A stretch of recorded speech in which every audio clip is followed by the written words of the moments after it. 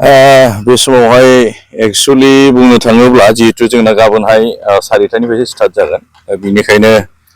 दंबावो दाबोनो मावनांगौआ खिन्थु 70% अलमस्ट कमप्लिट 30% खिनिया दा मोनानि गेजेरावनो बेयो कमप्लिट जागोन आरो खुब मोजां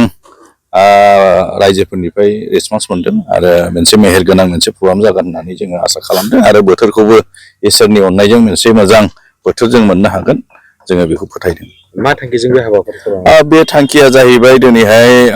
एक्चुअलि श्रीमन्त चेतना मन्चआ बेबायदि मोनसे बिसोरहा पार्ट दङ बेयो जाहैबाय सिमाखौहाय मोनसे नोजोर होयो आरो बेनिखायनो सुरजोंहाय सनमान बावनाय मोनसे सुरुक्क श्रद्धांजलि होननाय बे प्रग्रामखौ लानाय जादों बेजोंनो लोब्बा लानानै जों दाखालिनिफ्राय बुंबाय थादों जे दिनैहाय जों मिथिगौ बयबो जे दिनै गोबांथार निसा बुस्थुआ जोंनि गेजेराव हाबगासिनो दङ दा बेखौहाय माबोरैहाय जोङो फोजोबनो हागोन दा बेखौ फोजोबनोबा जों गावजों गाव जोङो सोरनिबा दुवारै जे जिनिसा मिन्थिनो हायो जे दिनैहाय जिनिसा डाक्टारफोरा जे मा जायोब्ला जे देहाया खहा जायो दा बेफोरखौहाय एवारनेस होनो थाखायनो जोङो दिनैहाय ड्राग्सनि बिसय एवारनेस होफैनो थाखाय जोङो सासे डाक्टार जोङो लिंहरदों सिभिलनिफ्राय आरो बेजों लोगोसे जोंनो हारिखौ जौगाहोनो आरो एरियाखौ डेभेलप खालामनो फोसाबनो थाखाय जोंनो सोलोंथाइ नांगौ बेनिखायनो बे सोलोंथाइखौबो जोङो एवारनेस जोङो लाफानाय जादों आरो बेजों लोगोसे जिहेतु मोनसे मिथिंगाखौ दिनैहाय जिनिसा सोमखोर लाखिनो आरो बे मिथिंगाजोंनो जोङो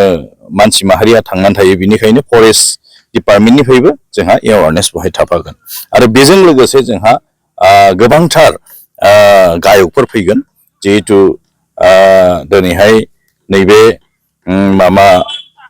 सुरुक्क श्रद्धांजलि होननायानो जाहैबाय सुरजोंहाय मान बावनाय दा बेनिखायनो गोबां गुवाहाटीनिफ्राय मोजां मोजां सिंगारफोर फैगोन आरो जोंनि लकालनि मोजां मोजां सिंगारफोराबो गाबोननि दिनावहाय भाग लागोन। आलासि महरै सोर सोर बाहागो आलासि महरै जोंहा ड्राग्सनि बिसयैहाय बुंनो फैगोन जोंहा क'क्राझारनिफ्राय डक्टर नीलु कुमार ब्रह्म आरो इडुकेसन एवारनेसखौ लाबोगोन जोंहा जुमदार कलेजनि प्रिन्सिपाल डक्टर सिबिराम बसुमतारी आरो जोंनि बे प्रग्रामखौहाय इन'ग्रेसन खालामफैगोन जोंनि मानगोनां बयनिबो अनजाग्रा बिटिआरनि चिफ श्रीजुत प्रमद बर' बिथाङा जोंनि बे प्रग्रामखौहाय इन'ग्रेसन खालामनानै होफैगोन। रायजो राजाफोरखौ मा खावलायनानै बेसेबांसो बाहागो लागोन होनना जोङो दिनैहाय मोनफ्रोमबो जायगायाव पस्टार आरो बेनार आरो जोङो साउटिं होगासिनो दङ आरो मोनफ्रोमबो जायगानिफ्राय रायजो राजाफोरनिफ्राय जोङो अनसायनायखौ मोनदों आरो जोङो फोथायो साफ्रोमबो बे एवारनेसआवहाय बाहागो लाफैगोन आरो जोङो आसा खालामदों खमसे खम 25निफ्राय 30,000सो बहाय बाहागो लाफैगोन होननानै जोङो आसा खालामो मानो होनना बुङोब्ला जोङो जिखिनि रिपर्ट मोनदों आरसि कमिटिनि जानानै सेरफांगुरिनिफ्राय फैगोन सिमल टापुहरै साइड फैगोन गसाइगाव फैगोन जैमागुरि मथा मथि पुरा गसाइगाव साब डिभिजनाव जोंहा जिखिनि बे सराइबिल ओनसोलनि खाथि खाला जेसेबांखि दङ मोनफ्रोमबो जनगोष्ठीया बहाय ज' जाफैगोन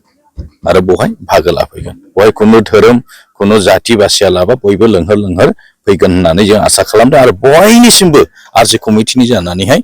गुरैयै खावलायहरबाय नोंथांमोन बयबो गाबोननि 1 एप्रिल खालि 4टानिफ्राय बे 10टासिम जे प्रग्राम जागोन बहाय नोंथांमोनखौ लोंहोर लोंहोर फैनो थाखाय आरो बाहागो लाफैनो थाखाय खावलायहरनाय थाबाय।